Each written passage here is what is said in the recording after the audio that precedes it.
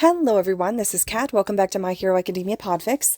This will be the continuation of Yuuei Survival Guide. This will be part 35, chapter 35. Shota stands beside Suguchi outside the interrogation room. He stares through the two-way mirror, eyes narrowed, on the lone person in the room. She's settled at the table, fingers laced together but not cuffed. The resemblance is uncanny. Dark green, almost black hair, sharp, calculating but warm viridian eyes. Freckled cheeks, and even from how she's sitting, Shota can tell she's on the shorter side. She's a bit on the pudgier side, but there's no question in his mind of who he's looking at.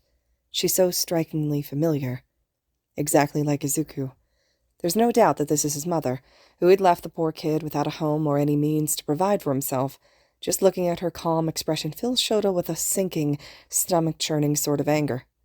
She has the nerve to sit in that room and act calm, knowing that she abandoned her child. And how? Shota finally turns to his side, shoving the festering anger down as he draws in Suguchi's attention with his words. Did you manage this?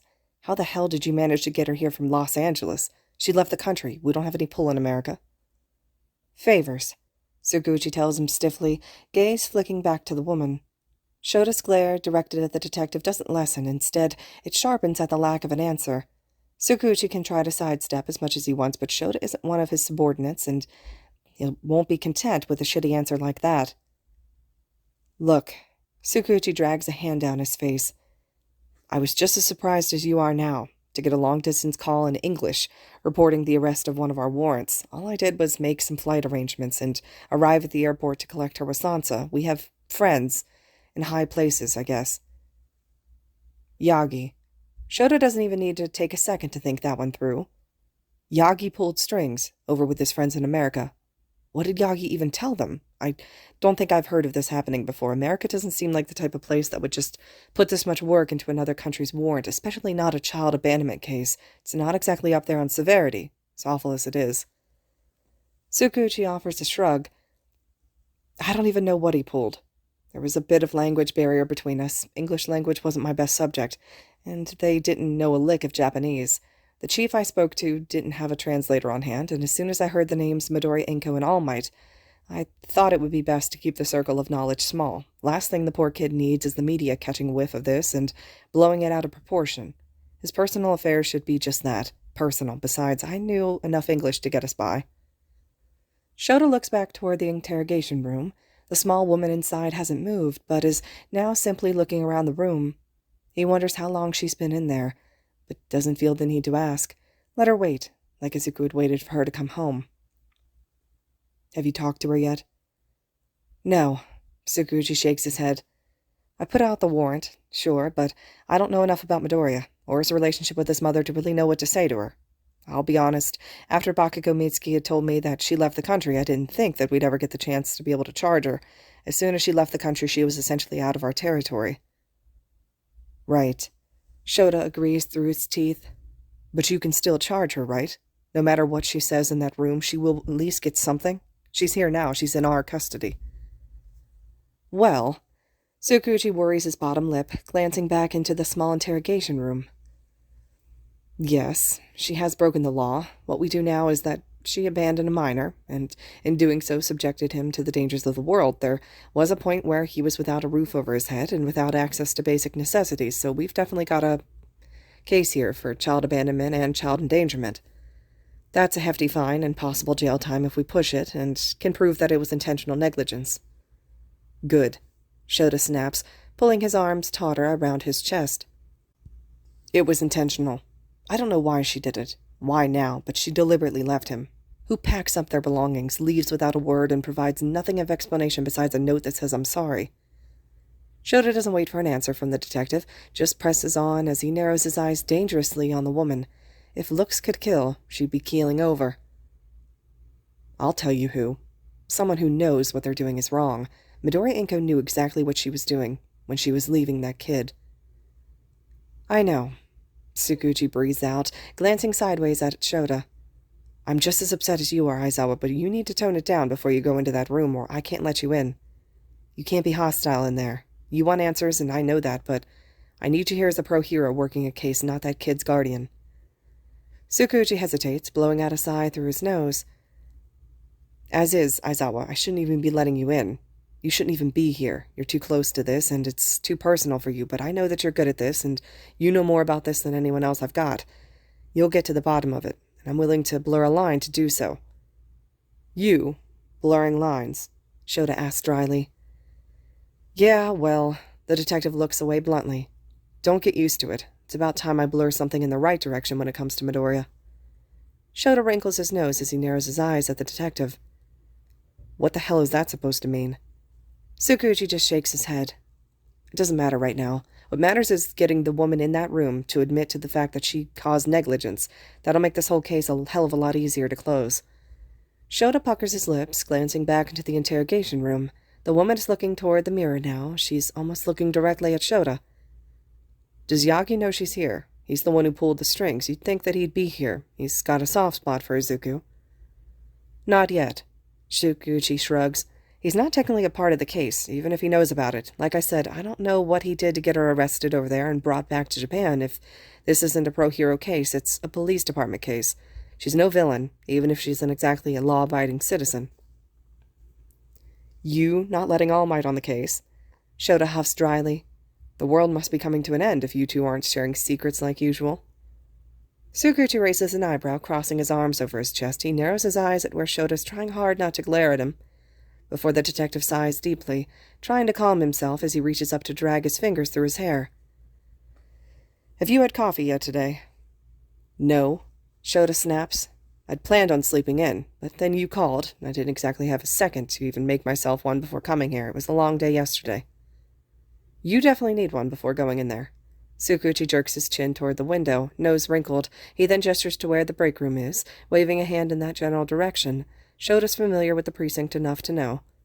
Go grab one. Take a second to calm down. You're an asshole when you don't have coffee, and we can't afford that. I need you level-headed. You're not allowed to rip her apart or I'll be in trouble.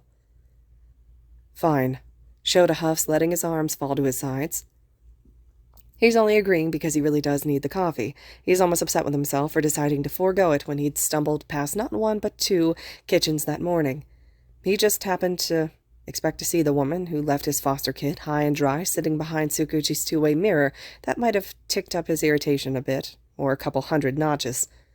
He feels a little better after he has his coffee, or coffees, considering he chugs one while stood at the coffee pot before refilling his cup and shuffling his way back to the interrogation room where Tsukuchi's still waiting. He mumbles out a quick apology, which seems to be enough for Tsukuchi to determine that he'll play nice enough. Shota sips at his coffee as he follows Tsukuchi into the interrogation room. Seeing Midoriya Inko turn calmly to look at them does little to calm the disgusted anger in his stomach, but he swallows it down with another sip of burning hot coffee as he settles beside Tsukuchi across from her. Midoriya-san, Tsukuchi greets. This is Pro Hero Eraserhead, and he'll be sitting in on this interview. I hope you don't mind. I don't, Midoriya Inko replies with a dull smile, but a glance in Tsukuchi's direction proves that she very much does.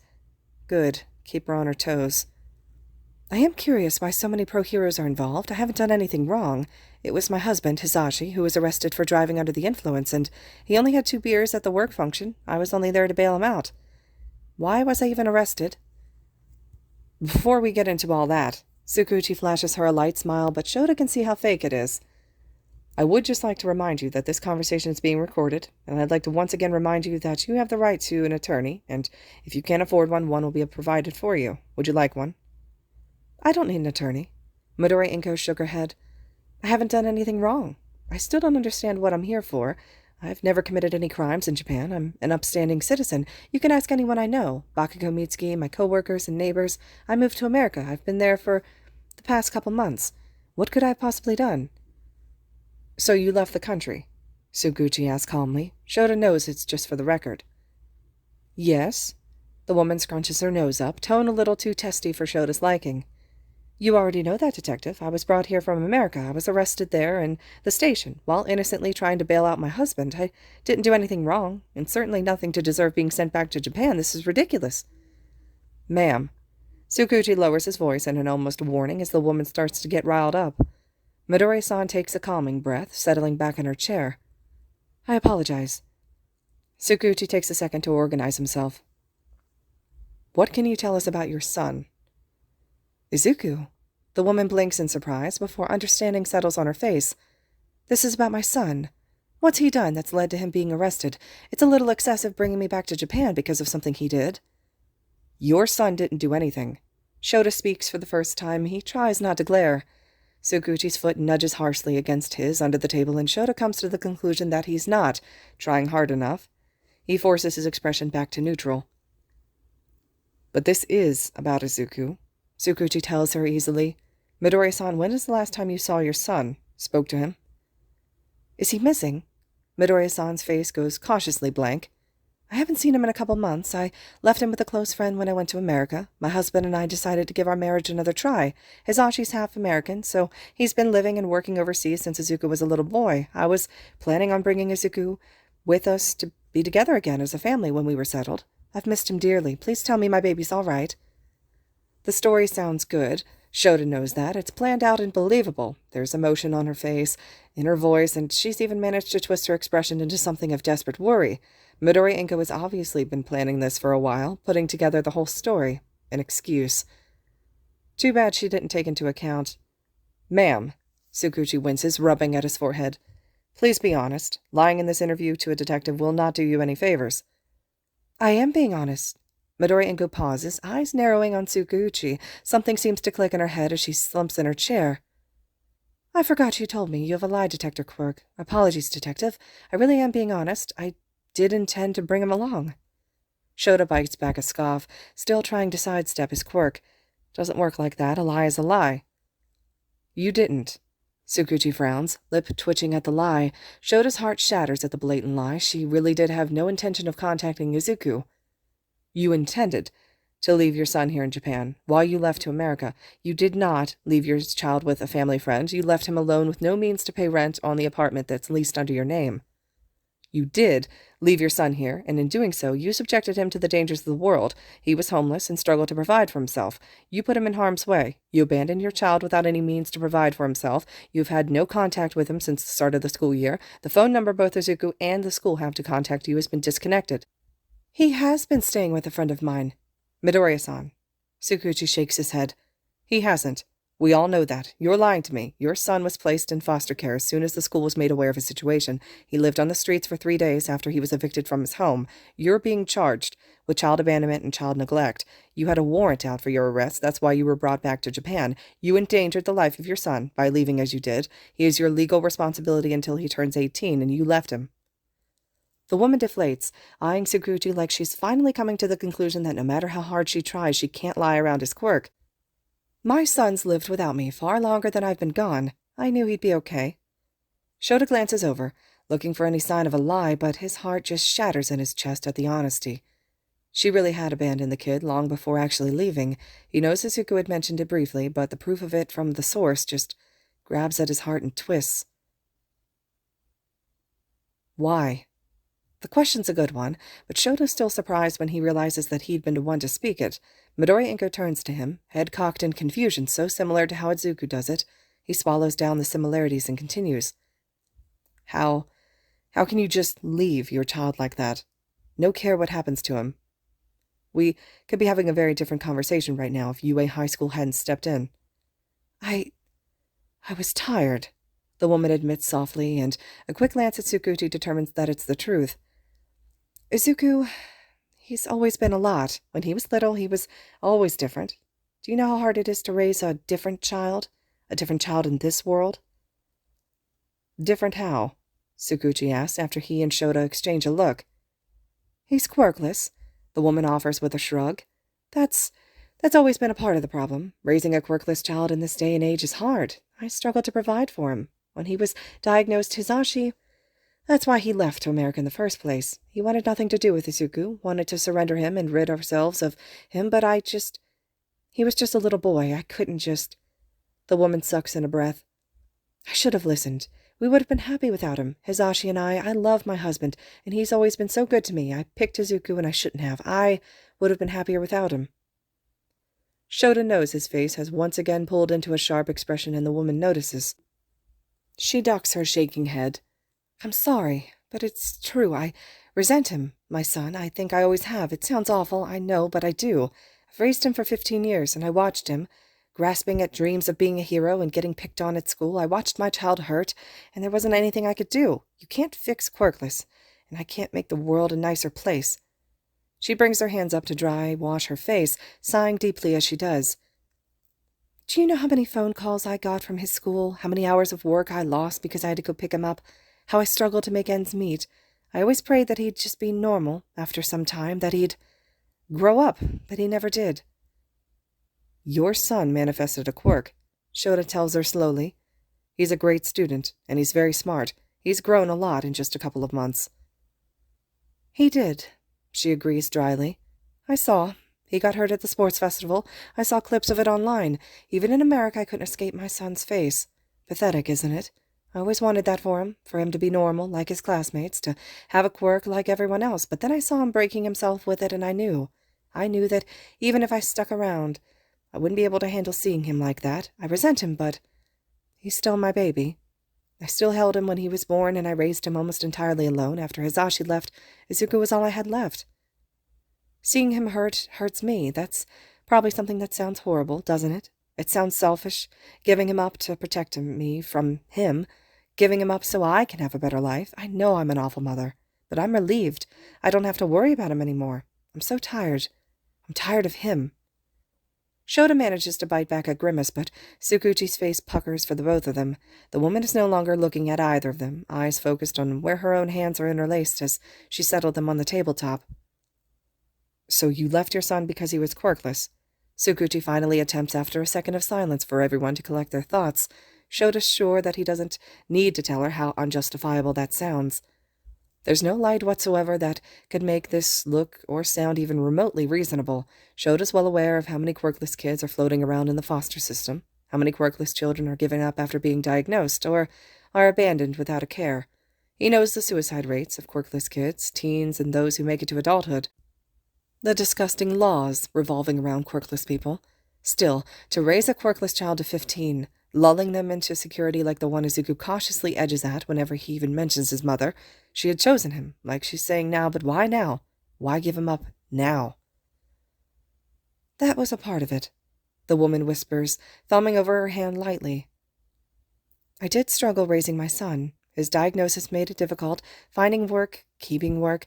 Hisashi should have been sending child support, but we'd never officially divorced. Even if I did fight it, quirkless children have different laws when it comes to stuff like that. He could have fought back, and I didn't want to lose him completely. He gave me the ultimatum when Izuku got diagnosed, and I chose my son, but that didn't mean I stopped loving my husband. He was just such a sweet little boy, always so sweet and clever, and because of that I had mixed feelings. At times I wouldn't give him up for the world. Midoriya-san hesitates, looking up before looking away sharply. And other times I wished I could have left him somewhere and walked away. Shota sucks in a breath, eyes narrowing on the woman even if she's not even glancing in their direction. All because he was quirkless. Shota cocks an eyebrow, sipping desperately at his lukewarm coffee. He needs something to distract him from blowing up on this woman. No, Midoriya-san shakes her head. I told you, it was part of it. I think if things were different, if my son were different, I could have managed. He's a really good boy, I know that. I couldn't deal with it anymore. Deal with what? Tsukuchi asked calmly, watching the woman with sharp eyes. People think quirklessness is the worst thing to have to deal with. Midoriya-san shakes her head. It's not. Raising Izuku, raising him quirklessness wasn't the problem. It wasn't even close to the problem. My resentment towards my child started before he was diagnosed. Before he split my husband and I up, the quirklessness was just the means to the end. Shota glances sideways at Tsukuchi, finding the other man shooting him an identical look of confusion. The woman lets out a self-deprecating laugh. Before either of them can say anything, she narrows her eyes at Shota, sharp with a studying glint. You're Izuku's homeroom teacher, aren't you? Shota pretends he's not surprised by being identified, nodding his head slowly. I saw you on the news after the boys got kidnapped. I saw with Shota. I knew you looked familiar, and I did fill out that Yuuei admission paperwork before I left, so I knew your name. You've been in close contact with Izuku, haven't you? You must have noticed. Noticed? Aizawa asks easily, leaning forward. Noticed what? He's different, she repeats. Always so different. Since he was just a baby, he's weird. I couldn't handle it anymore, Aizawa-san. I just couldn't. The things he does, the things he said. He's not well. Shota's heart pounds in his chest, but he keeps his expression neutral. I don't know what you're talking about. Yes, you do. She shakes her head after studying his face. The muttering to himself, like he's talking to someone else. The way he looks at things that aren't there. He's always done it, since he was just a baby, Aizawa-san. He's delusional. The woman whispers the word, wiping at watery eyes. He's sick. He's not sick. Shota blinks, the need to come to Izuku's defense almost taking over. There's nothing wrong with muttering, nor is there anything wrong with his trouble focusing. Midoriya's a normal boy. No, Aizawa-san, he isn't. The woman shakes her head. Shota opens his mouth to defend the boy, but the woman beats him to it. He's always been odd. I've taken him to so many doctors, Aizawa-san, medical doctors, therapists. He hides it now, he's learned to. But he's always been unwell. He was diagnosed with schizophrenia when he was just 2, but the medications did nothing. It would make him sick, and the diagnosis was revoked by the time he hit 3. From there we saw dozens of child psychiatrists and psychologists. They kept telling me it was imaginary friends. When no medical diagnosis was found, he was just a boy creating friends for himself, and I was assured that he'd outgrow it. He didn't. Instead, he learned how to hide it. I was scared of him, of what he saw. It wasn't normal. Do you have any idea how it feels when your toddler tells you someone's watching? When you feel someone's gaze on you, when you're completely alone? I started feeling like I was delusional because of him. He put me on edge to the point that I could hardly stand being in the same room as him. She draws in a stuttery breath. He scares me. And he has, since he was little. I love my son, I do, but I can't deal with him anymore. I can't accept it any longer. I can't pretend like he's normal. I can't pretend that how he is doesn't bother me. He's made my life hell, and I know he never meant to. He's a sweet, kind child, but that doesn't change the fact that it happened. I shouldn't have to live like that in fear. Shota sucks in his own shaky breath, trying not to let her words affect him. He clamps down on the festering anxiety and cocks his attention to Tsukuchi, the detective, studying Midoriya-san. Shota knows he can't lie and say he's never noticed anything odd about Izuku. He and Izashi had a talk just weeks earlier. Izuku does strange things. There's no denying that, but Shota also knows that nothing about Izuku screams scary. He'd never said anything weird or done anything concerning. Shota, of all people, should know that. The child in his homeroom does extra training with him one-on-one, is Shota's hero training classes as well, and he lives under Shota's own roof and has been for months. If anyone had time to study and pick the teenager apart, it's Shota. And there's been nothing overly concerning, not like how Midoriya Inko is making it out to seem. He also doesn't know this woman, but he's lived with Izuku for months now, had been teaching him for a full semester. Out of the 2 of them, it's obvious which of them he'll believe, but the woman's words are concerning. She's bringing light to fears that he'd already had. She's addressing points of concern that Shota had already been keeping an eye on. He doesn't trust her, but she can't be entirely discredited. This is still a woman who'd abandoned a child, who'd abandoned Shota's newfound foster son. That's an important part of this as well. A mother looking to get off of charges of abandonment and neglect will be trying to shift blame. I left him because he scared me. This could also be an excuse instead of an explanation. Everything she's saying now will be taken with a grain of salt. Why now, Midoriya-san? Tsukuchi treads carefully. Izuku was born quirkless, and if what you're saying is true, he's always been the same. Why leave him now? I thought he'd be safe. She bows her head. I decided to leave when I was signing the admission forms for Yuuei. He was going to a school filled with pro-heroes. I assumed that someone would take care of him there. Yuuei isn't world-renowned for nothing. Against all odds, he'd gotten into his dream school. He did that without me. He didn't need me anymore. I didn't want to be around anymore. So you just left him? Shota knows he doesn't keep the malice from his tone. He was 15 years old. The woman defends herself, eyes watering. He's practically an adult. He's still a child. Shota snarls back, only half aware of the fact that this is being recorded. Izuku is a child. He's a child whose mother walked out on him without a spoken word. I found that boy, frozen half to death on the streets because he lost his home and didn't feel comfortable enough coming to anyone else. He isolated himself from his classmates, friends, and his teachers, from help, because he didn't think he could trust anyone. It's different for Quirkless. The woman hisses back, that timid woman from before gone before his eyes. Izuku should be happy I provided for him as long as I did. It's a strain. He's a strain. These last couple months in America have been heavenly. I've lived a normal life since leaving him, one where people don't have to know I have a quirkless child. Shota's near seconds away from launching up from his seat and throttling this woman. He's expected to sit here and take this, to not defend Izuku. Ma'am. Tsukuchi's voice has taken a darker turn, and Shota knows the detective is onto him as Tsukuchi's heel grinds down on Shota's foot, keeping him anchored. Your son has a quirk. You can't fall back on the quirkless laws, and the fact that you're trying to is heinous. Your son has a quirk, and therefore you will be charged accordingly. He was quirkless when I left. No. Shota snaps with narrowed eyes. No, you just didn't bother even talking to him. He got his quirk the day of the entrance exam for Yuuei. That's before you would have received the actual enrollment papers that you signed. The woman startles as the information sinks in before she slumps back in her chair. Her hands settle on her thighs as she rubs her palms on the fabric along her jeans. Another very familiar nervous tic. I don't know what you want me to say here. Midoriya-san shakes her head, hands curling into fists. I hadn't even talked to Izuku in months. I didn't see him for weeks before I signed those papers. I avoided my own home because I knew he'd be there. I was done, Aizawa-san. I didn't even have a point of continuing our relationship. I still don't. There are better ways to surrender a child, Tsukuchi tells her sharply. Safer ways. You abandoned your son, and you didn't care what would happen to him. You could have surrendered him to the police or the fire department or even Yuuei, relinquished your own rights to him. He would have been cared for, but you just left. What you did was illegal, Midoriya-san. Not only that, Shota sucks in through his teeth, irritation ticking upwards. You shattered that boy's ability to trust. You took away the only constant in his life. You might not have considered yourself an active part of his life, but he did. He loves you anyways. He trusted you. Izuku's abandonment issues are not just emotional, but physical now. You broke him.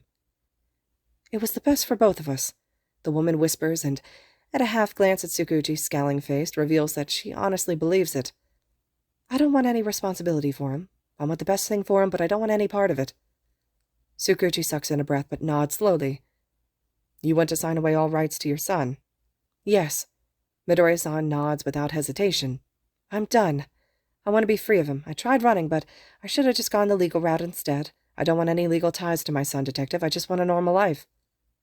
Shota swallows down the hurt he feels for Izuku. He thinks back to the boy insisting that he didn't want to get his mother in trouble back when they had first approached Tsukuchi with the situation. It makes him sick. Izuku just cares so much, and this woman, his mother, doesn't. All right. Tsukuchi cards his fingers through his hair, standing slowly. He gestures Shota up as well, and the underground hero pushes himself up, cradling his cold coffee in his hands. He no longer feels like he can stomach anything. I'll make arrangements for a lawyer. We'll discuss this more when you have a lawyer arriving. The woman bows her head in a nod, not looking at either of them. Shota follows the detective to the door numbly. Aizawa-san. Shota pauses but doesn't look back. Midoriya-san's voice comes out low, hardly there. You care for my son. I can see it in your eyes. How you talked about him, defended him. You probably care more than I ever could. Izuku's a good boy, so please keep caring for him like that. Please take care of him. Shota forces down another swallow and tries to ignore his racing heart. He doesn't respond, doesn't dare give this woman any chance to clear her conscience after abandoning her child like she had, but deep down he knows that he and Hisashi will stop at nothing to give Izuku what she never did. The door closes behind them with an echoing click, and the two settle at the two-way mirror just as they had when Shota had arrived. They stand for a moment, in companionable silence, both just watching as the woman is in the room with her head ducked. How are you holding up, Aizawa? Shota scoffs, reaching up to rake his fingers through his hair. Do you even need to ask? I'm heartbroken for that kid. I'm beyond pissed off. That woman gave me emotional whiplash, and I was only in the room with her for 20 minutes. Imagine what she could have done over 15 years. Tsukuchi has given him a sad, responding hum. It was a lot. The detective sighs. Do you think Midoriya will still want to see her? Shota gives a shrug. He honestly has no idea. The boy could want answers from her, or he could just want closure. It's hard to tell. I don't know if I'd even want to let him see her. He's in a pretty good spot right now, and I don't know what seeing her might do to him, and I doubt she'd want to see him anyways. It's probably true. Tsukuchi shakes his head, rubbing his eyes with his thumb and his middle finger. I just find it hard to imagine that woman raising Midoriya. Shota squeezes his eyes shut, but he doesn't respond. Izuku is a spitting image of his mother, but Shota agrees wholeheartedly.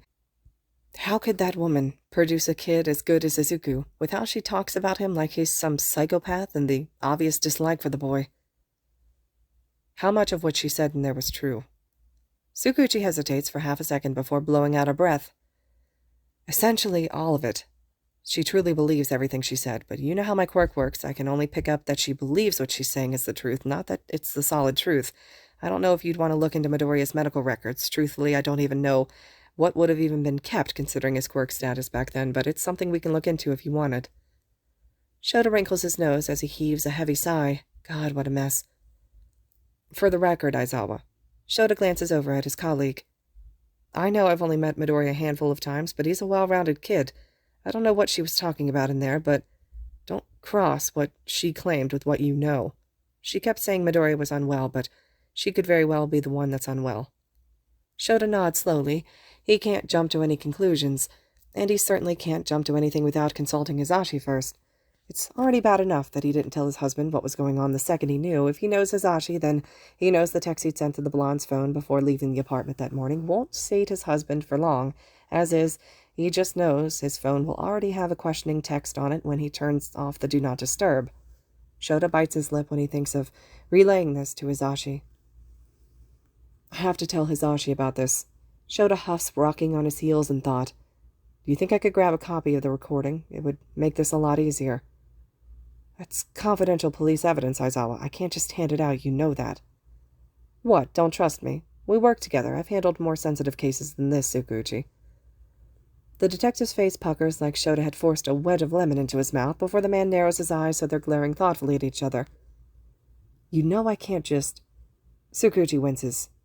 You know what? I can give you the recording to review, alone, without your husband, but I'll have to ask you to keep it confidential. Don't share with Mike, just for your review, since you've been involved in the case.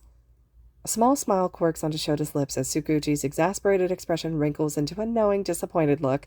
Shota can read between the lines. Permission to take the recording home where no one will have any idea who sees or hears it. What Tsukuchi doesn't know, for certain, can't hurt him. Of course. No, stop. Don't say anything, Aizawa. Tsukuchi groans, crossing his arms over his chest. If I don't hear your words, I can't hear you lying through your teeth.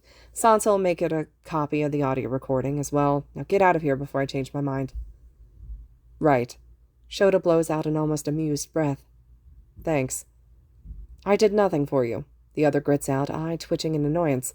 Now, unless you want to stick around and help with a mountain of paperwork, phone calls, and meetings that I have lined up in a matter of minutes, shoo. Get back to that husband and kid of yours, and for heaven's sake, give the damn kid a hug. With that, Tsukuchi turns on his heels and disappears into the bullpen where he can slip away into his office. Shota doesn't envy the detective one bit. The morning is fairly uneventful as Todoroki leaves their study session. Todoroki arrives exactly at the time that they'd agreed upon, and Izuku's glad that he opted to sleep in his dorm because he sleeps in. He barely manages to card his fingers through his hair enough times to make it look like he hadn't just rolled out of bed. Izuku won't say that he's ready for the approaching pre-quirk history test, but he won't say that he's doomed for failure. At least, he's not the only one unprepared for the test. He and Todoroki appear to be in the same boat. As much as that really sucks, he wants his peers to do well. The pre-quirk unit in their history class is hitting the whole class hard, though. Maybe they can arrange a class study group before the test. That way everyone can get some extra help from their peers before they're on their own. They'd studied all morning. By the time Todoroki left, it was nearly lunchtime. Izuku had offered for the two of them to grab lunch together after studying so hard, but didn't mind Todoroki declining for the sake of calling his sister. Izuku walked with Todoroki to his room next door before continuing downstairs. None of his classmates seemed to be around, but he knows a lot of them had gone home last night to spend the day off with their families. It's no surprise that Izuku had found Kacchan in the kitchen, stirring a pot of spicy curry for lunch. He glares in the direction of the doorway where Izuku pauses in surprise, eyeing his childhood friend suspiciously. The blonde glares back before he's averting his gaze back to the pot. The rice cooker chimes in the corner of the room, drawing Kacchan away from it. It's a familiar scent. Homey. Kacchan always used to make curry whenever they were at the Bakugo house. It's Auntie's specialty, so it's obvious why it's something that Kacchan had mastered. He'd always loved curry. Whenever he was little, the curry nights they had, so it was always his fallback meal. Izuku intends to turn on his heels and leave Kacchan to himself. He's not sure what his childhood friend is thinking or how he'd taken the punishment from Shota. Maybe he's still mad at Izuku? You're allowed to sit, nerd. Kacchan grumbles without looking up. I won't punch you again. Sensei would probably beat my ass if I did. Izuku pretends he doesn't startle at being addressed, but he does move swiftly to the table to wait his turn. He doesn't want to get in Kachan's way, and it looks like he's almost done, so Izuku doesn't mind waiting for a bit. A bowl of rice and curry is slid in front of Izuku, and he blinks in surprise as Kachan turns on his heels and stalks back to the rice cooker, empty, second bowl in hand. An apology. Kachan snarls, looking away sharply. He turns his attention back to the rice cooker, spooning out a second helping. For last night, I didn't know you felt like I did.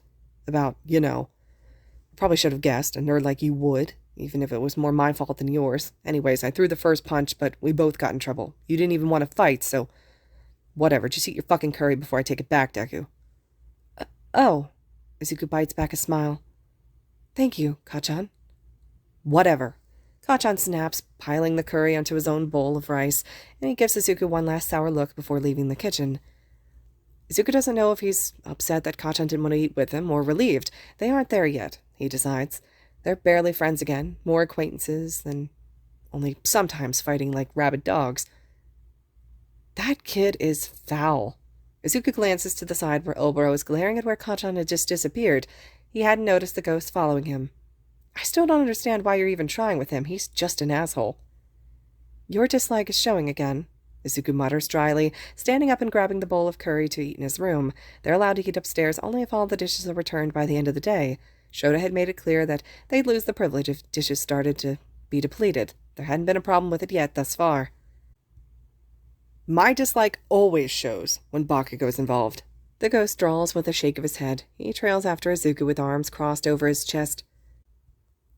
Curry doesn't make up for getting someone house arrest for fighting after hours, and that was a sorry excuse of an apology. He didn't even say sorry like a normal human being. It was actually a really good apology by all of Kachan's standards. Izuku shrugs as he treks up the stairs, and it's really good curry. Now you're just trying to make me jealous. Oboro pouts as Izuku opens his dorm room with a snort of laughter. Everything he makes smells so good, I hate it. How can a guy like Bakugo make something that smells so heavenly? His mom's a good cook, too, Izuku tells the ghost as he settles at his desk, organizing his assignments and stacking them in neat piles so that he doesn't ruin anything. He learned from her. Auntie makes things so spicy, though, I swear. Sometimes it felt like I was going to breathe fire when I ate at her house. No kidding. Oboro cocks an eyebrow from the bed. Izuku spots the newest library book that he'd been suckered into checking out on his bedspread, knowing it hadn't been there when Todoroki was in the room. He doesn't comment on it.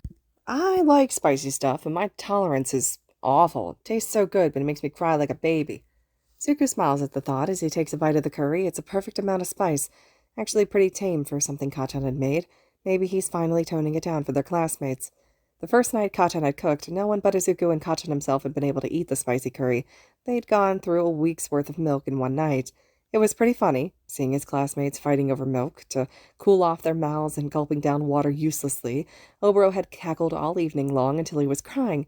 Izuku found it sort of funny, but he also felt bad for everyone. Kachan was just annoyed. Izuku and Kachan had a lot of curry to eat over the next couple of days, while the class, when their mouths were no longer on fire, ate instant ramen. That was when the rule Bakugo isn't allowed to cook alone came to be. Kachan absolutely loathes that rule. Izuku just feels bad for whichever classmate is assigned a cooking duty with him. Izuku smiles around another spoonful of rice at the thought. He watches out of the corner of his eye as Oboro grabs a book from the stack of new library books that he'd been guilted into borrowing. The ghost is letting the conversation drop, which is always a good thing. Oboro has a tendency to hold a grudge, especially against Kachan. With the ghost distracted, Izuku finishes up his lunch before working on his math homework. He finishes that up as well before trying to work on English. He's stumped on that, though. Do you think Hizashi would mind me coming up to ask about English? Oboro doesn't look up from his book, lying on his stomach on Izuku's bed as he reads. I think Hizashi will take whatever opportunity he can to talk about English. A pause as the ghost finally glances up with a cocked eyebrow. And you live up there, too. They won't care. You have a key to the apartment, and you have a bedroom up there, too. You're welcome.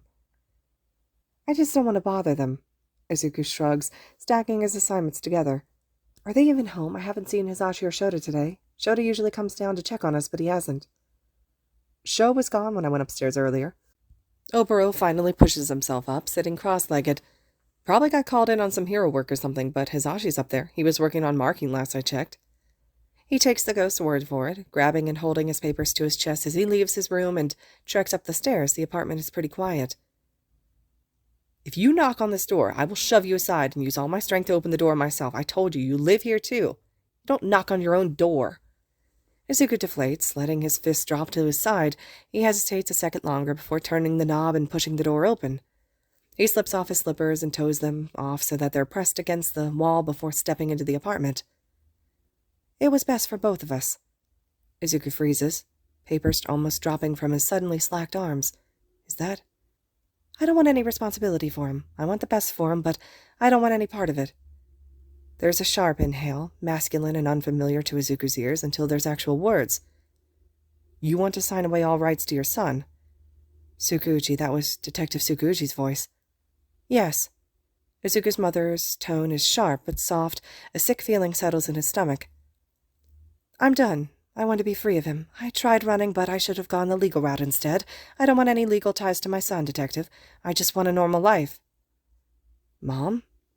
Izuku steps into the room, seeing his guardian sat at the couch, both glaring down at Shota's open laptop where the audio file is running. He must make a sound or something because both men are suddenly whipping to look in his direction, startled. Izuku just blinks at them slowly, swallowing roughly. I should have knocked. No! Hisashi's the first one up, rounding the couch. You shouldn't have, Sunshine. You were right to come in. You're free to just come here and go as you please, and you always will be, no matter where we live, you dig? You're fine. You're always welcome up here, remember? We're the ones who should have been more cautious, Shota adds as he closes his laptop. Sorry, kid. I thought you'd still be with your friends. Izuku gives a slow nod of understanding. That was my mom's voice.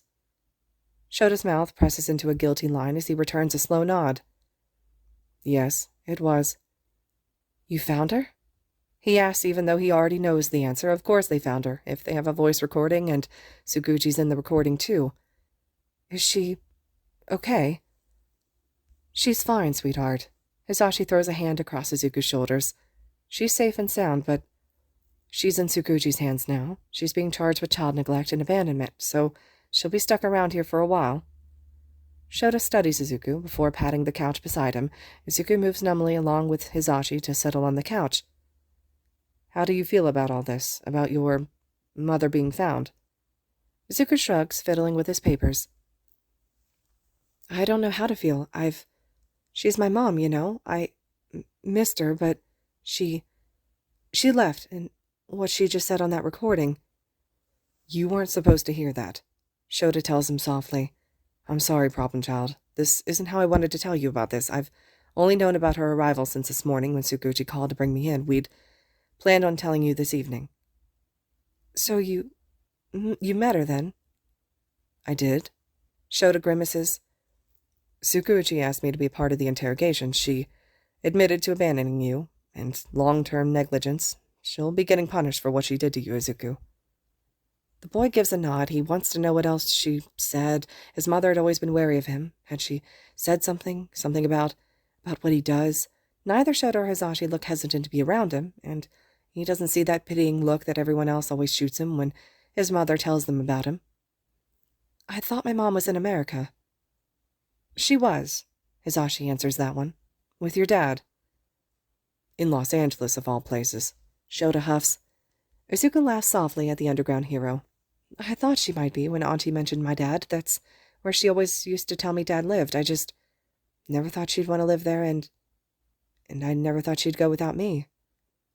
I'm done. I want to be free of him. Izuku digs his thumbs into his thigh. I guess I was wrong. He doesn't need to look up to know his guardians are sharing a look. Look, Sunshine. Hisashi places his hand on Izuku's knee, giving a light squeeze. We don't know what you're going through, and we can't even pretend to. It won't do us any good, but we know this is hard for you. We just want you to know that we'll stand by you no matter what, yeah? What do you mean? Shota clears his throat. We were just wondering if you wanted to see your mother or not. There's no obligation to, and, well, even if you did want to see her, it's something that she'd need to agree to. She's disowning me. Izuku doesn't need it to be explained. He'd heard a snippet of what was probably a long conversation, and he could piece it together. It's pretty obvious that's what was happening. Hisashi winces like Izuku had yelled the words as Shota slinks back into the couch, head bowing in a nod. I don't have to see her, though. Do you not want to? Hisashi asked quietly. We won't force you. It's completely your decision. We'll be right by your side, kiddo. I don't know. Izuku shrugs. I don't know. That's all right. Shota assures softly. You don't have to have all the answers right now, problem child. You can take as much time as you need to make a decision. There's no right or wrong answer, just what feels right to you, okay? Okay. Izuku bows his head. I'll think about it. I should probably get back downstairs. Hisashi frowns. I'd actually like for you to spend the night up here with us, if you don't mind. You don't have to, of course, but I planned on asking you to stay up here when we told you anyways, just for my own peace of mind, you dig? Okay, Izuku agrees. He really doesn't care which bed he sleeps in anyways. They're the exact same beds, just on different floors, and one room feels a lot more isolated than the other. So, what'd you come up here for anyways? Hisashi cocks an eyebrow. Did you just miss your two favorite guardian teachers and wanted to come say hi? Oh, Izuku perks up at the reminder. Right, I was wondering if you could help me with the homework you assigned. I just don't understand it very well. Izuku sits stiffly in the police interrogation room. His eyes flicker around the room before settling on the woman across from him. She hasn't changed in the months that he hadn't seen her. Looks exactly the way she had the last time they spoke. It's surreal to be looking at his mother. Surreal being in the same room after so long. Anxiety pulls in his chest. He doesn't know what to say, what to do. How have you been, son? Izuku looks up at his mother after the prompting question. He opens his mouth to answer, but ends up biting down on his lip instead. Pain blooms across his lip, and the metallic taste of blood coats his tongue. A part of him is angry. She leaves without a word and then has the nerve to ask that, but the other part of him is scrambling to hold on to the fact that she cares enough to even ask. I would have been better if you were here. His mother doesn't respond, doesn't even look at him. Izuku heaves a breath and tries to shove down the hurt. I missed you, Izuku admits. I don't understand why you left me. I left because of you. Izuku snaps his attention up, mouth agape as he stares into his mother's expressionless face. Had he heard that right? What? Because of you, she repeats easily. I left Japan so I wouldn't have to see you anymore. It was only a matter of time. You know what you're like, Izuku. You knew I was bound to go at some point. I don't understand, Mom. What's there not to understand? Izuku's mother cocks an eyebrow, shooting him an unimpressed look. I've raised you since you were a little boy. We both know why I left. Why would I want to stay around a freak? The word has Izuku sucking in a surprised breath. He's been called it before, many times, but never by his mother. She'd never called him anything bad. Mom? Why do you look so surprised? Inko asked with a wrinkled nose. You know exactly what you are, Izuku. You know exactly why I left. There's no reason for you to look at me like that. I'm not the one who ruined our relationship. Izuku blinks owlishly, shifting in his seat. He doesn't know how to respond to that. What are you supposed to say to that? He draws in a shaky breath. I didn't ruin anything. You're the one who... I left to get away from you. His mother narrows her eyes. You've ruined every relationship you've ever been a part of, Izuku. Your relationship with your father, your relationship with me, with Katsuki-kun, all the children at your school, and the teachers who were forced to teach you. Izuku flattens his hand on his thighs, digging his nails into the fabric of his pants. I didn't... And don't even get me started on what's going to happen with those guardians of yours. Inko tuts. Your track record with teachers is terrible. It's only a matter of time before you wreck that, too. I won't wreck anything. Izuku breathes out, eyes hardening. I trust my teachers. You believe that? His mother head cocks to the side, an unpleasant smile crooking onto her lips. You trust them, huh? Then why haven't you told them yet? Izuku frowns, shifting even further away from the woman across from him. He glances around the room for an escape, done with the conversation, but where's the door? You're putting all this trust into them, but you don't trust them with your secret. His mother leans back in her chair. If you trusted them, you would have told them. I trust them, Izuku huffs out. I just don't want to tell them. They don't need to know. Because you know that they'll never accept you. His mother shakes her head in that way she always did when Izuku was a child, that condescending way. They don't love you, Izuku. No one does. Who could possibly love you? You're a psychopath. Seeing ghosts. Do you seriously think that anyone will believe you? You're crazy, Izuku. Izuku opens his mouth to respond, but no words come out. His heart pounds in his chest, but he can't seem to move. Can't push himself up or flee or even just suck in a breath of oxygen past the sinking dread filling his chest. You're always in a world of your own, his mother tuts harshly, head shaking as she leans forward. It's like a switch had been flipped. Do you honestly think they'd ever want you? Those teachers of yours? They don't want you, Izuku. They're stuck with you, like I was. You think that you belong with them at Yuuei High School with pro heroes as your guardians. You think they're going to want to keep you around, but they won't. We both know they won't. You need to face the hard reality. No one wants someone like you. That's not true. I didn't, did I? His mother shrugs coldly, expression hard and uncaring. I escaped you as soon as I could, and it was the best decision I've ever made. You're a rock, tied to a balloon, Izuku. You drag people down. How long do you think that they'll keep you when they figure you out? You're not normal. They'll see right through everything. Eventually. They'll leave when they know. When they see what makes you deranged. No, they won't. His mother laughs humorously, voice mimicking Izuku's own. The boy snaps his jaw shut and recoils back. Was she mocking him? What? His mother coos.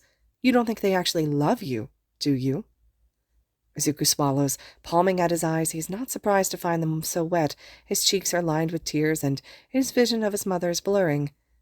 Izuku glances quickly to the mirror on the side of the room, wondering desperately where his Shoda and Hisashi are. Why aren't they stopping her? Why aren't they helping? Where's Oboro? Ah, my poor, pathetic Izuku.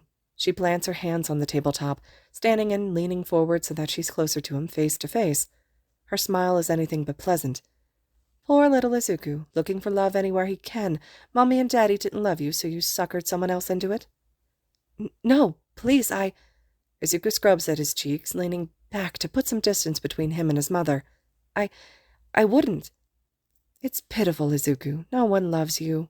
Get that through your head. No one wants a child like you. I don't. I never did. I know that you've wondered why I left you now, but the truth is, I should have left right alongside your father, rid myself of you before I got stuck with you. He knew what he was doing, leaving. He figured you out long before I did. You're like a virus. You spread and make those around you suffer. Mom, please stop. Izuku wheezes. Why can't he breathe? I'm so sorry. Sorry doesn't make up for the years I spent, weighed down by you. The years I slaved away at work so a useless nutcase like you could try to live a normal life. The woman snaps, leaning even closer to him. I got stuck with you. You made my life hell, and now you're trying to do the same thing to someone else, to your teachers who kindly took you in. Izuku's hands lift to his curls, grabbing fistfuls and pulling. He bends forward, sobbing as his forehead hits the edge of the table. He can't bear to look at her anymore, but he can't force himself up to leave. His body feels heavy, and his feet feel like anvils. It's like he's rooted in this chair. But they don't know you, do they, sweetheart?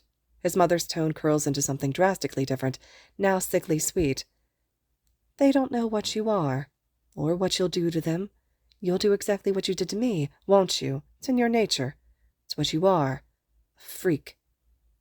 Izuku shakes. He's sobbing as tremors are rattling through his body. He can't think straight, and he can't even imagine to try and clamp down on the near-vibrating panic that his body hides behind. She's being so cruel, but she's right.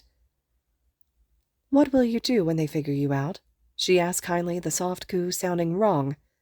What will you do when they realize that you're psychotic, seeing and speaking to things that aren't there, befriending their dead school friend? You're disturbed. Nothing about you is normal. What will happen to little Izuku when his secret is out? Izuku freezes, lifting his head and curling into himself. How do you... What? Izuku whips his head around to the door where Shoda and Hisashi are standing.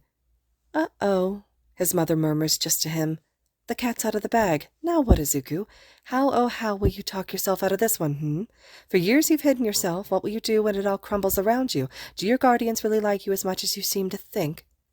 He ignores his mother for the sake of cowering away from his guardians. They're suddenly there. He doesn't even see the interrogation room door anymore. It's not anywhere. Where had they come from?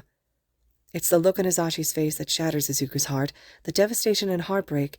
Izuku's seconds away from groveling at the man's feet when he finally speaks, low and broken. Why? Zashi, Izuku whines tearfully. I'm sorry. I'm so sorry. I didn't want you to. You didn't want us to know you were a freak. Shota spits, venom lacing his tone. It stings more that Shota's the one saying it. Calling him something like that, like the kids back at school used to. Izuku curls even tighter in on himself, trying to suck in air. Everything's happening at once, and where did they even come from? I'm not. Please, I'm so sorry. I didn't mean to lie. You weren't supposed to know. I'm sorry. So you never planned on telling us? The man continues, stalking closer with his eyes narrowed angrily. Shirakumo Oboro is our friend. He's not yours. You have no right, Midoriya. You have no right pretending to know him, using him to get closer to us. He's my friend, Izuku pleads, wishing that the ghost would appear and provide him some comfort, like he always does. I'm sorry. He is my best friend. I would never... Please, you've got to believe me. Oboro is... He's dead, Shota snaps. You really are insane, aren't you? Couple of screws loose in that head of yours, Midoriya. Everyone was right about you. I was right about you on that first day. You'll never make it as a hero if you can't distinguish between imaginary and real. You'll be a liability. I'm not. Izuku winces, bowing his head. He can hardly form any words, and what he can manage tastes bitter. I'm so sorry. I didn't mean to keep it a secret. I just wanted to be normal. I know the difference. Despite Shota's insistence that Izuku's making it up, is actually insane, Hisashi seems to actually believe him, and it's almost worse. His eyes are watery, and his voice wobbles. Hisashi looks like he's about to break into tears, and Izuku's stomach lurches. You could see him all this time, and you didn't tell us? Hisashi sounds so heartbroken, eyes downcast like he can't bear to look at Izuku. After we told you about him, showed him to you, we shared him with you, and you kept him from us. How could you? I'm sorry. Enough. Shota snaps, eyes flickering red. Nothing you say will change what you did. You're nothing but trouble, Midoriya. I should have known better than to get involved with you any more than I had to. Izuku, Hisashi whispers, wiping at his own tears as anger settles in. You've been lying to us the entire time. We took you in, cared for you, and you repay us by keeping things from us, keeping our friend from us. You've been using our friend to get closer to us. You're disgusting, Midoriya. I didn't mean to, Izuku pleads, full-on uncontrollably sobbing. He takes the heels of his palms into his eyes, shame and guilt washing over him. They weren't supposed to find out. No one was supposed to find out. Yes, you did. His mother coos sweetly. Izuku's attention snaps towards her again, pushing back so hard that he sends his chair toppling over at the dark smile on her lips. She inches closer and closer, words a haunting sing-song. You ruin things for yourself, baby. You always have. You ruin things for yourself just as well as you do for other people. Split your father and I up, drove him away from us, drove me away too, and now you'll do the same thing to them. Izuku blinks watery eyes as she throws a thumb over her shoulder.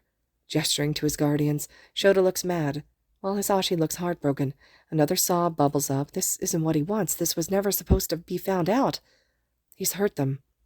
He's hurt them, and it's his fault. This is a nightmare.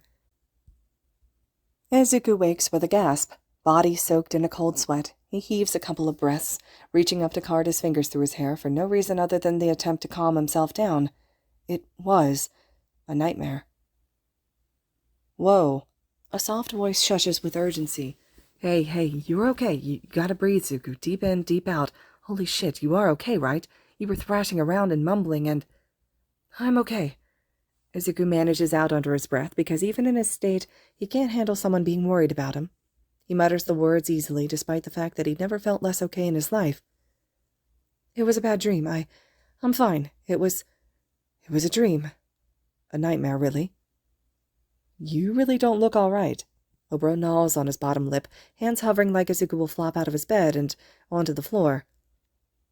The hell were you dreaming about, Shigaraki?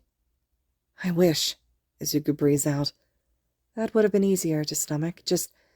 I need a minute. Oboro squints. Are you sure you're okay? Yeah, Izuku whispers through a scratchy throat, drawing in a shaky breath. It was nothing, just a bad dream. I'm okay, don't worry about me. It's fine now. He heaves another breath, voice breaking. Wasn't real. I am worried about you, the ghost huffs. I've never seen you react like that. You woke up terrified, and it didn't have anything to do with the villain trying to kill you. What the hell, man? I called your name like 10 times, and I would have shaken you, but I didn't want to scare you or freeze you. Izuku lets a startled exhale out as he rakes his fingers through his sweat-dampened curls. Sorry, he laughs humorlessly. Didn't mean to worry you. It still doesn't feel like he can draw in a decent breath. He's shivering, and it's not because he's cold. In fact, he's too hot.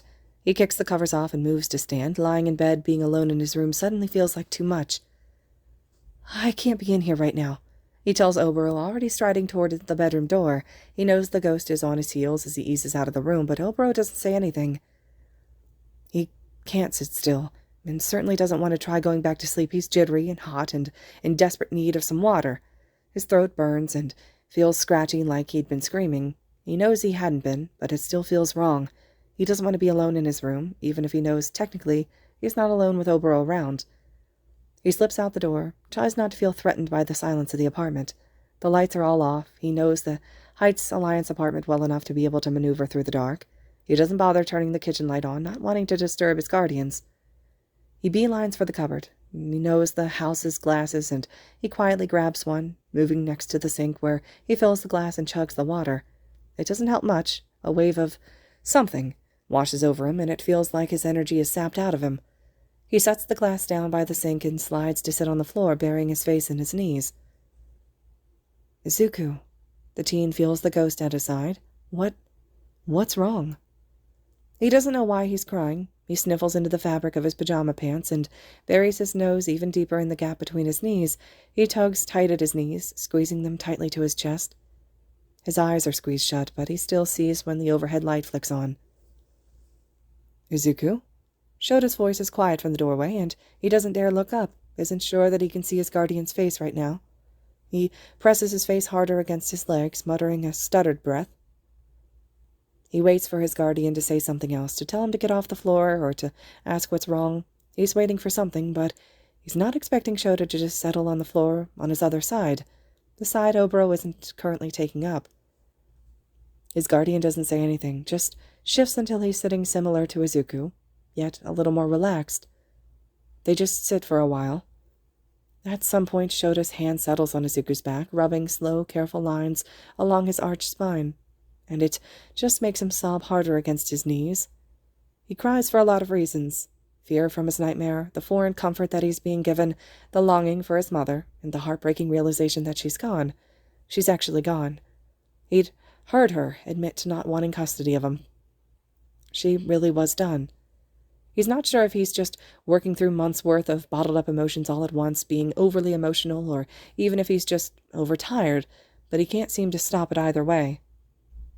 He's surprised that his guardian sits with him in silence for so long. It's probably the middle of the night, and he knows that Shota's probably tired. He'd been at the police station all morning with Izuku's mother and with the detective. He should be sleeping now, but instead he's sitting on the cold kitchen tiles with Izuku sobbing at his side. Izuku can only hear the sound of his own crying and his own heart pounding in his chest. Slowly but surely his sobs die down to cries, and then to sniffles, before he just is sort of choking on his own breath. When he's sure that he won't start crying again, he angles his head to look up at Shota. The man is watching him with a soft look, hand still running along the vertebrae of Izuku's spine. Feeling any better? Izuku lets out something halfway between a laugh and a cry, nodding his head slightly. A bit. He lets his cheek settle on his knee, taking in his guardian. Shota has one knee drawn up to his chest, while his other leg is outstretched. The hand not pressing, grounding onto Izuku's back, is draped over his bent knee, back pressed against the cabinets. I'm sorry, Izuku offers quietly. I didn't mean to wake you.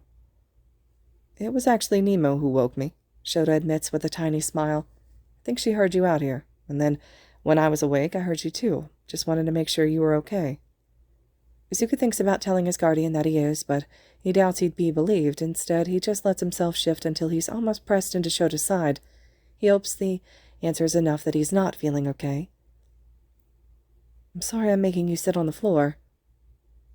Nothing wrong with the floor, Shota insists lightly, letting his hand lift from Izuku's back to hook cautiously over his shoulders instead.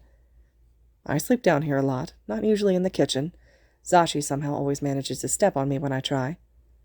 Izuku snickers under his breath as he enjoys the company. It's Better than sitting here alone. Despite the chill of the floor, he feels warm and content. Nothing else is said for a long moment. Izuku slowly lets his head lower to Shota's shoulder, testing the waters before actually settling down. The man doesn't seem to care, just blows out an amused breath and settles back against the cupboards. Izuku stares unseeing across the room where Blanket is still sitting staring at him, or maybe staring at Oboro, who hasn't moved but had remained silent at his side. The chill is comforting. It's the sound of shuffling that draws his mind back, eyes flicking to Shota first, but the man still hasn't moved. "Sho," comes sleepily from the doorway. "You okay? You didn't come back to bed and I got worried." Hisashi cuts himself off, taking a second to adjust his glasses as he takes in the scene with sleepy eyes. It's no longer than a second before the sleepiness is gone from his face and he's easing closer with a soft exhale of, "Oh, sweetheart." Tears blur his vision again, but a couple fast blinks rid him of them. He's done crying tonight. "You doing okay, sunshine?" "Yeah." Izuku's voice sounds watery even to his own ears. "I guess it's just hitting me now that she really doesn't want me, you know. My own mom doesn't." He sniffles, palming at his eyes in an attempt to wipe away the moisture. I know it was coming. She left without me. She didn't care what happened to me, but I just hoped that maybe but I never thought it would actually happen, that she'd give me up like that. And more tears. He roughly dry washes his face and his hands. "Darling." Hisashi coos, moving to crouch in front of Izuku. He gently cups the teen's face in his hands, thumbing away the tears under his eyes. "You're all right. If your mother chooses to let go of you, there's something wrong with her. We've got you." "We've got you," Shota echoes, patting Izuku's knee. "We've always got you." "Always," Oboro adds softly from where he'd swapped places with Hisashi, now stood in the doorway and out of danger of being touched by the two men. "Your mom doesn't know what she's missing out on."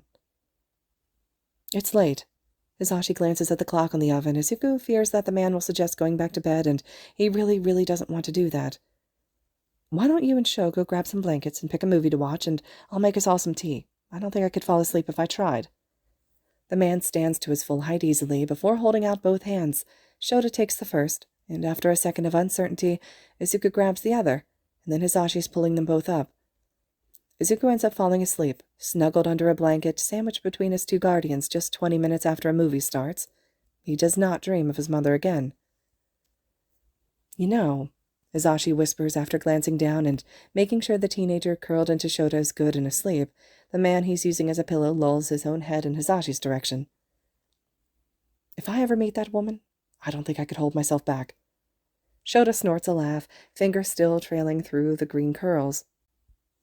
"And that, babe, is why Tsukuchi called me, and not you. You know the media would run with, 'Present Mike, a murderer.' Not good publicity." "No," the blonde agrees with a fond smile, "but it would make me feel a whole lot better about this." All right, everyone. This concludes Chapter 35 of Yuuei Survival Guide. Chapter 36 will be next. I hope you guys are still enjoying this one, and as always, thank you all so much for listening.